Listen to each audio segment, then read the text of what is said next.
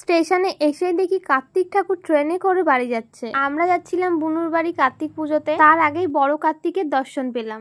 আমি, মা, বাবা, গৌরব চারজনে যাচ্ছিলাম বুনুর বাড়িতে। গৌরব ছদ্দি ভাইয়ের বাড়ি যেতে খুব পছন্দ করে, কারণ জামাইবাবু ওর বেস্ট ফ্রেন্ড। আমরা বুনুর বাড়ি চলে এসেছি। এসে দেখি কার্তিক পুজো যেখানে হবে সেই জায়গাটা সাজানো হচ্ছে, চারিদিকে লাইটিং করা হয়েছে। বুনুর বাড়ি আসার আগেই বুনুদের বাড়িতে একটা কার্তিক ঠাকুর চলে এসছে। এখন গৌরব তার বেস্ট ফ্রেন্ডের সাথে যাচ্ছে বাজারে। আমরা বুনুদের বাড়ি আসার কিছুক্ষণ পরে আরো একটা কার্তিক ঠাকুর চলে এসছে। কার্তিকরা একে একে আসা শুরু করেছে আর ওদের জন্য বাড়ি সাজানো হচ্ছে। এখন তো দেখি চারিদিকে কার্তিক পুজোর অনেক দিন আগে, এক সপ্তাহ এক মাস আগে কার্তিক ঠাকুর চলে আসছে। তবে আমার বুনুদের বাড়ি কার্তিক ঠাকুর গুলো সব পুজোর আগের দিনই পড়েছে। তবে আমার এটাই বেশি ভালো লাগে, বেশি আগে পড়লে সেই এক্সাইটেড আর থাকে না। পরের দিন পুজো তো আমরা সবাই সকাল সকাল খেয়ে দিয়ে ঘুমাতে যাব, ঠিক তখনই একটা ঠাকুর চলে আসলো আবার। এই ঠাকুরটা দিয়েছে ভাইয়ের বন্ধুরা। এই নিয়ে এখন 3টে ঠাকুর হলো। ঘুমাতে গিয়ে ঠিক 1টার সময় দেখি বাইরে বাজি ফাটছে, আরো একটা ঠাকুর চলে এসছে, সাথে গান বাজাতে বাজাতে। তারপরে তো সবাই বাইরে আসলো, কার্তিককে ঠাকুমা বরণ করলো। তারপরে কার্তিকের বাবা মা ওকে ঘরে নিয়ে যাচ্ছে।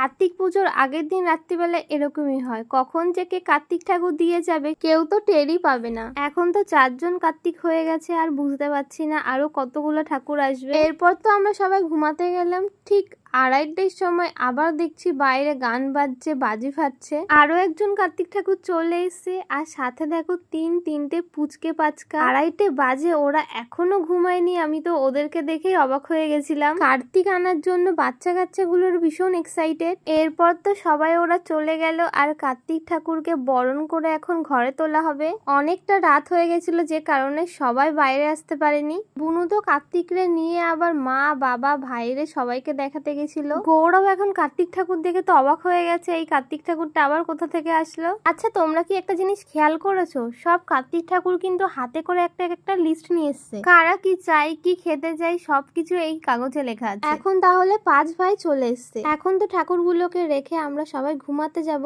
বুঝতে পারছি না সকালে উঠে আবার কটা ঠাকুর দেখতে পাবো। তো কার্তিক পুজোর আগের দিনের ভিডিওটা এইটুকুই। আপাতত 5টা কার্তিক পড়েছে, বাকিটা পরের ভিডিওতে।